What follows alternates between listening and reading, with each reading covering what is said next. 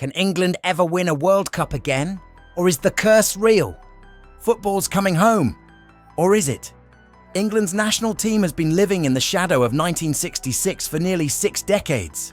That one glorious moment at Wembley, where Bobby Moore lifted the World Cup, was supposed to be the beginning of an era of dominance.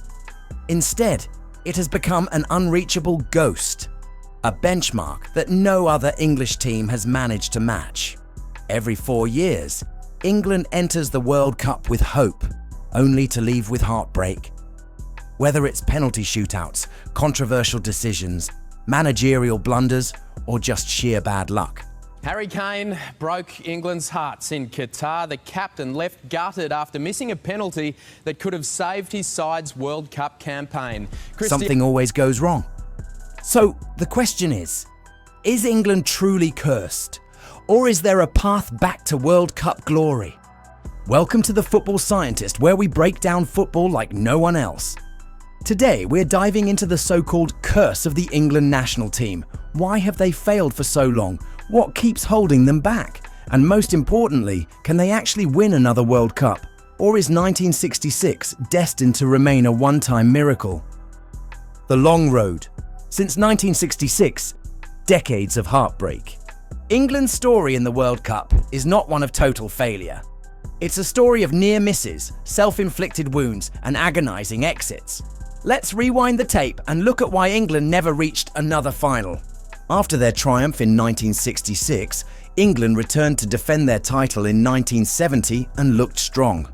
In 1966, there were many doubters as to England's ability to do well, let alone win, in the World Cup competition.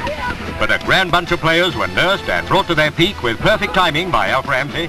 But in the quarter-finals, they threw away a 2-0 lead against West Germany, eventually losing 3-2 in extra time, a total collapse, and the first sign that maybe this team wasn't as mentally strong as their predecessors.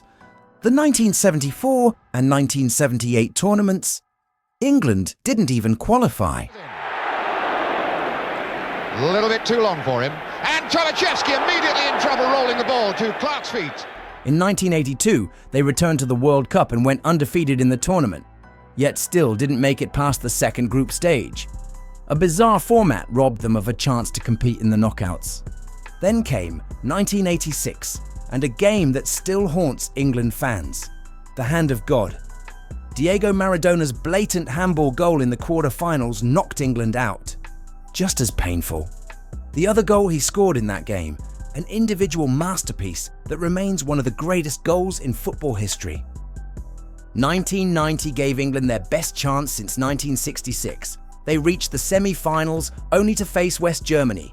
It was a tense, dramatic game, ending in a penalty shootout loss. And thus, England's penalty curse was born. 1998, another penalty shootout loss, this time to Argentina. 2002, beaten by Ronaldinho's outrageous free-kick lob over David Seaman. 2006, a red card for Wayne Rooney, a quarter-final loss to Portugal. On penalties, of course. 2010, humiliation at the hands of Germany, losing 4-1 in the round of 16. 2014, their worst World Cup performance in history, eliminated in the group stage, winning 0 games. And then came 2018, a glimmer of hope. A semi-final appearance under Gareth Southgate, finally winning a penalty shootout along the way. But just as fans started believing again, England threw away a lead against Croatia in the semis and went home empty-handed. And most recently, in 2022, England were strong, but fell to France in the quarter-finals. Harry Kane had the chance to equalize from the penalty spot, but he skied it. The penalty curse struck again. Decade after decade, England has built up a reputation for falling short when it matters most. And that brings us to the real question: why? The curse, myth or reality? Some people say England is cursed, that no matter how talented their squad, something will always go wrong. But the truth is, England's failures have followed a clear pattern. A combination of bad luck, tactical failures, and psychological pressure. 1. The penalty shootout trauma. England and penalties. A love story with a tragic ending every single time. For years, England had the worst penalty shootout record in World Cup history. They lost in 1990, 1998, 2006, and even in the European Championships in 1996 and 2012. Why? Research has shown that England players historically take their penalties faster than any other nation, likely due to nerves. They rush their shots instead of taking their time. Other teams practice penalties intensely. England used to ignore them, treating them like an afterthought. In 2018, Southgate finally changed that. England won a shootout against Colombia, breaking the curse.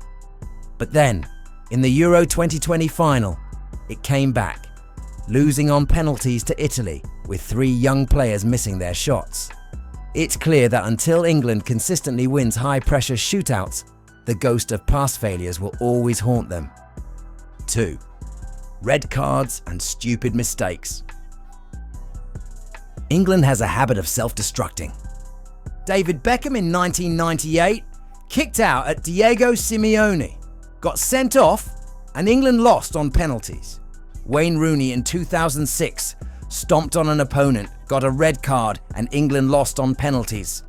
Harry Kane in 2022 missed a second penalty against France, costing England a shot at extra time.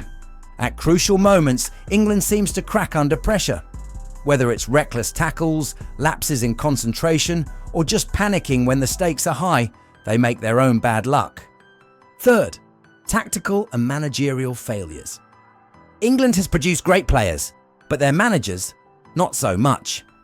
For years, England stuck to rigid, outdated tactics. Yeah, good evening. I think it's a quite big surprise because you didn't or you don't expect a German manager as the English national team coach. But The golden generation of the 2000s was filled with superstars: Beckham, Gerrard, Lampard, Rooney. But managers like Sven-Göran Eriksson forced them into a broken 4-4-2 formation that didn't maximize their strengths. The team often lacked creativity, relied too much on individual brilliance, and failed to evolve with modern football. Compare this to teams like Spain, Germany, and France, who developed clear tactical identities. England always seemed a step behind. Gareth Southgate has changed a lot of this, bringing tactical discipline and unity, but even he has been criticised for playing too defensively in big games, like the Euro 2020 final, where England scored early, then sat back and got punished. Until England finds the right balance between caution and aggression, they will always struggle against top teams. 4. The psychological weight of expectation. No country puts as much pressure on its national team as England. Every tournament, the media hypes them up, fans start dreaming, and when the inevitable failure happens, the backlash is brutal. Players fear making mistakes because they know they'll be ripped apart by the press. The weight of 1966 looms over every squad, and past failures create a mental block. Other nations go into tournaments focused on the present. England carries decades of emotional baggage into every penalty kick, every knockout game. Until they change their mentality, they will always struggle with the pressure. Can England ever win again? Despite all these failures, there's hope. England's current squad is one of the strongest in decades. They have world-class talent in every position: Harry Kane, Jude Bellingham, Bukayo Saka, Declan Rice, Phil Foden, and a generation of players who aren't weighed down by past failures. Southgate has built a cohesive team, and unlike previous eras, England now has depth, multiple options for every position. The youth teams have been dominating international tournaments, meaning the future is bright. Most importantly, England has started winning big games. They broke the penalty shootout curse in 2018, reached the Euro 2020 final, and have consistently performed well in major tournaments. The final step? Beating an elite team when it matters most. England must learn to win against the likes of France, Brazil, and Germany in knockout rounds. They need to play with confidence, not fear. If they can do that, then yes, England can win another World Cup. The curse is only real if they let it be. But until that day comes, football isn't home just yet. This has been The Football Scientist. If you enjoyed this breakdown, subscribe for more in-depth football analysis. Do you think England will ever win another World Cup? Let us know in the comments.